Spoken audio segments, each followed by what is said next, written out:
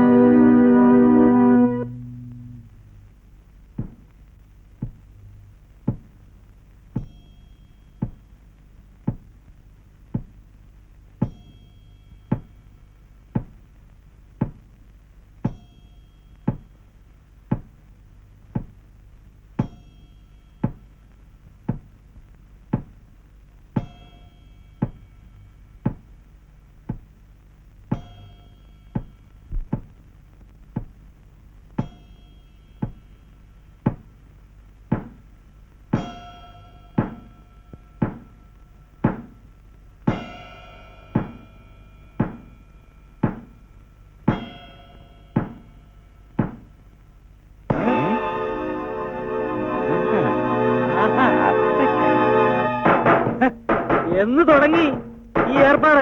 അത് തന്നെ എന്റെയും ചോദ്യം. എന്ന് തുടങ്ങി ഏർപ്പാട്? കണ്ടുപിടിക്കൂലെന്ന് വിചാരിച്ചല്ലേ? ഓഹോ, ഇപ്പൊ വാദി പ്രതിയായോ? പകല് കണ്ടാൽ എന്തൊരു മാന്യൻ, ഇരുട്ടായാൽ ഇറങ്ങും ചെറ്റവക്കാരൻ മതിരി കാണാൻ. മൂത്ത് നരച്ചല്ലോ. നരച്ചോ? ഓ, ആ ധൈര്യത്തിലായിരിക്കും പാതിരാക്കി പോക്കൃത്തരം കാണിക്കാമെന്ന് വിചാരിച്ചതല്ലേ? അത്രയ്ക്കൊന്നും വയസ്സായിട്ടില്ലടാ. നിന്നെ പോലുള്ള മൂന്നാലെണ്ണത്തിനെ കൈകാര്യം ചെയ്യാൻ ഞാൻ ഒറ്റയ്ക്ക് മതി. ആ, അത് തന്നെയായിരുന്നു മരുന്ന്. ഇയാളെ നന്നാക്കാവും. അയ്യോ അയ്യോ ശശിയേട്ടാ, ആഹാ, ഇതാണ് നിന്റെ വഴിയല്ലേ? എടാ, ഈ മാവ് ഞാൻ വെട്ടി രണ്ടിന്റെയും ശവം ദഹിപ്പിച്ചില്ലെങ്കിൽ എന്നതാ ഇങ്ങനെ ഇങ്ങനെ വിളിച്ചോ? അത്രയ്ക്ക് സൈന്യോ കാണാമല്ലോ. ഇങ്ങോട്ട് നിന്നോട് എന്ത് വിളിച്ചു അവിടെ? ചെന്ന് ചേട്ടനെ പിടിച്ചോണ്ട് വാ. ആരെങ്കിലും ഒന്ന് വാ.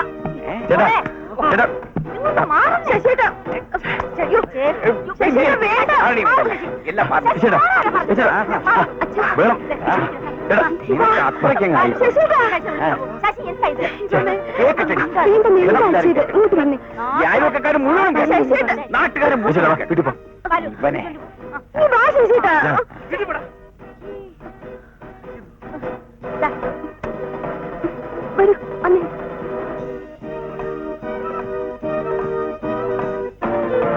എന്താ? ആ, എന്താ? എടി മോഹിനി, എന്ത് കൊടുത്താണ് ഈ മോളുടെ അച്ഛനെ മയക്കിയത്? വല്ല കൈവശം കൊടുത്തോ? കെട്ടിക്കാറായ ഒരു പെണ്ണില്ലടി നിനക്ക്. എന്നിട്ട് മോന്റെ പ്രായമുള്ള ഒരുത്തനുമായിട്ട്. മോന്റെ പ്രായം ഇവിടെയുള്ള ആൾക്ക് നിന്റെ തന്തയുടെ പ്രായം ഉണ്ടല്ലോടി മൂദേവി. ദേ, ചെറ്റത്തരം പറഞ്ഞാലുണ്ടല്ലോ, ചുമ്മാ തല്ലടി മച്ചിപ്പാറായിട്ട് നിന്നുപോയത്. ആ, ഞാനങ്ങ് സഹിച്ചു. സഹിക്കാൻ വയ്യാത്തോണ്ടല്ലേ പാതിരാക്കി തപ്പി ഇറങ്ങിയത്. നീ എന്നെ ഒന്നും ചൊറിയാനില്ലടി യക്ഷി. അറിവല്ല കളി.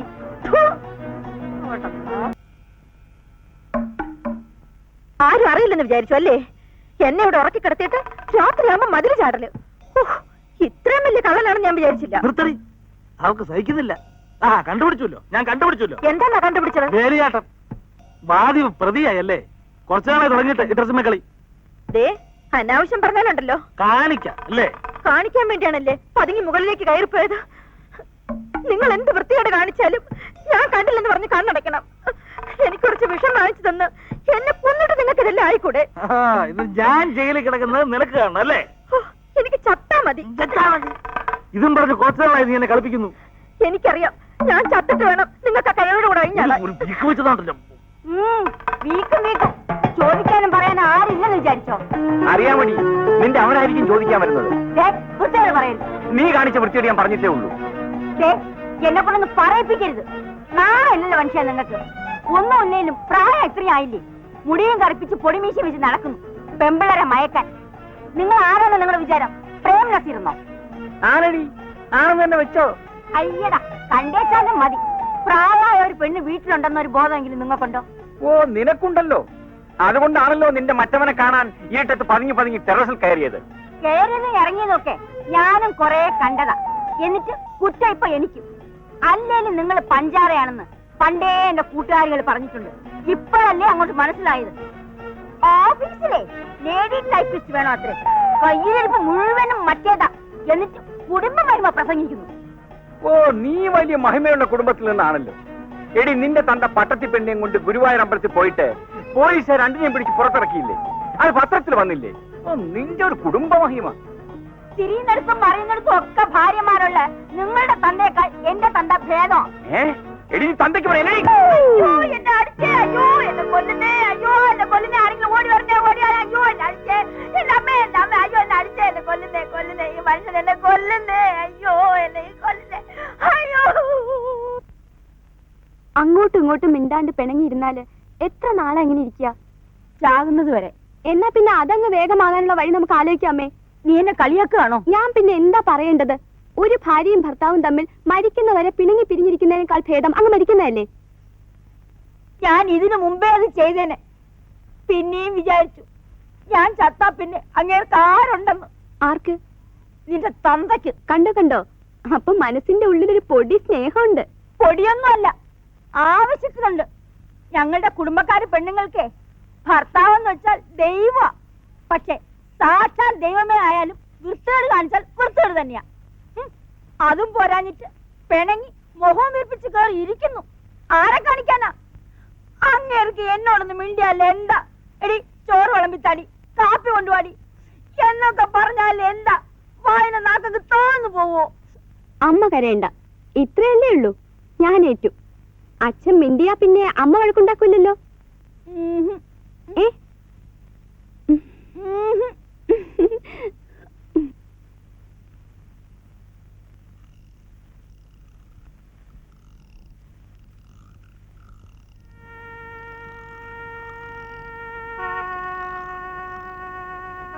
അച്ഛന് വിശക്കുന്നില്ലേ? ഇന്ന് ജോലിക്കാരി പെണ്ണ് വന്നിട്ടില്ല. എനിക്ക് കൈക്ക് വല്ലാത്ത വേദന. ഒന്നും എടുക്കാനും വയ്യ, വയ്ക്കാനും വയ്യ. അപ്പൊ പിന്നെ ആഹാരം കഴിക്കണ്ടേ? ആരാ വിളമ്പുക? ആരാ അവിടെ വിളമ്പണത്? അമ്മ. അവൾക്ക് എന്താ വിളമ്പിയാല്? അച്ഛൻ എന്താ വിളമ്പാൻ പറഞ്ഞാല്? അതിനൊന്നും എന്നെ കിട്ടില്ല. അതിലും പേരും പട്ടിണിടന്ന് മരിക്കുക. ആരാ ആദ്യം മരിക്കാൻ നോക്ക? എനിക്കൊന്നും വേണ്ട. എനിക്ക് മരിക്കാനൊന്നും വയ്യ. ഞാൻ വല്ലതും കഴിക്കാൻ പോവാ.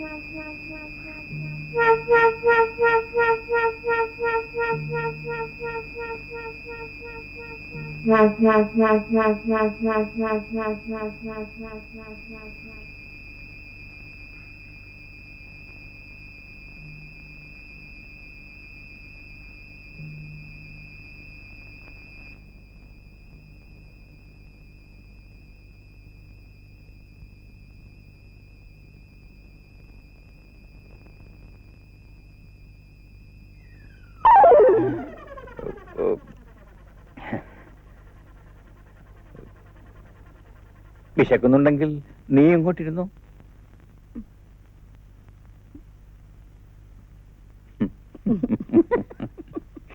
ഞാൻ വിളമ്പിത്തരാം. ശാലിയും കർമ്മധീരനുമായ ഒരാളുടെ മകൻ രാജകുടുംബാംഗമാണെങ്കിലും അഹങ്കാരം തൊട്ടു തീണ്ടിയിട്ടില്ല. എന്തൊരു അച്ചടക്കവും വിനയവും. ജയനെ പോലെ ഇത്രയും നല്ല ചെറുപ്പക്കാരനെ ഇക്കാലത്ത് മഷിയിട്ട് നോക്കിയപ്പോൾ നിനക്ക് കിട്ടൂല.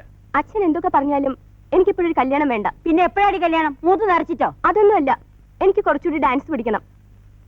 അതിനെന്താ, കല്യാണം കഴിഞ്ഞിട്ട് അവന് വിരോധമില്ലെങ്കിൽ നീ പഠിച്ചോ. വിരോധമാണെങ്കിലോ? എങ്കിൽ പഠിക്കണ്ടെന്ന് അത് വെച്ചോ. പറ്റൂല. എനിക്ക് കല്യാണം വേണമെന്ന് തോന്നുമ്പോ ഞാൻ പറയാം. ദേ, നീ കൂടുതൽ വിസ്തരിക്കൊന്നും വേണ്ട, പറയുന്നത് അങ്ങോട്ട് അനുസരിച്ചാ മതി. എനിക്കതിന് ഇഷ്ടമല്ലെങ്കിലോ? ഇഷ്ടപ്പെടാതിരിക്കാൻ അജയൻ എന്തെങ്കിലും ഒരു കുറവുണ്ടെന്ന് എനിക്ക് ഇതുവരെ തോന്നിയിട്ടില്ല.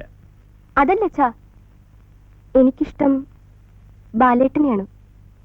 ഞങ്ങൾക്ക് അവനെ ഇഷ്ടമല്ല. അവന്റെ കാര്യം ഇനി ഇവിടെ മിണ്ടിപ്പോകരുത്. അവിടെ ഒരു ബാലേട്ടൻ. എന്റെ ഇഷ്ടം കൂടി നോക്കിയിട്ടല്ലേ കല്യാണം. നിങ്ങൾ എന്തൊക്കെ പറഞ്ഞാലും എനിക്ക് ഈ കല്യാണം ഇഷ്ടമല്ല. എന്താടി പറഞ്ഞത്? ഞങ്ങൾ നിശ്ചയിക്കുന്ന ആള് തന്നെ നിന്റെ കഴുത്തിൽ താലി കെട്ടും. അങ്ങനെ നിശ്ചയിക്കുന്ന ആൾക്ക് താലി കെട്ടാൻ ഒരു പെണ്ണിനെ കൂടി കണ്ടുവയ്ക്കുന്നതാണ് നല്ലത്. അധിക പ്രസംഗം വേണ്ട വേണ്ടെന്ന് വെക്കുമ്പോ അവൾ തർക്കുത്തരം പറഞ്ഞുകൊണ്ട് നിൽക്കുന്നു. തീർന്നല്ല നിങ്ങളുടെ മോള്.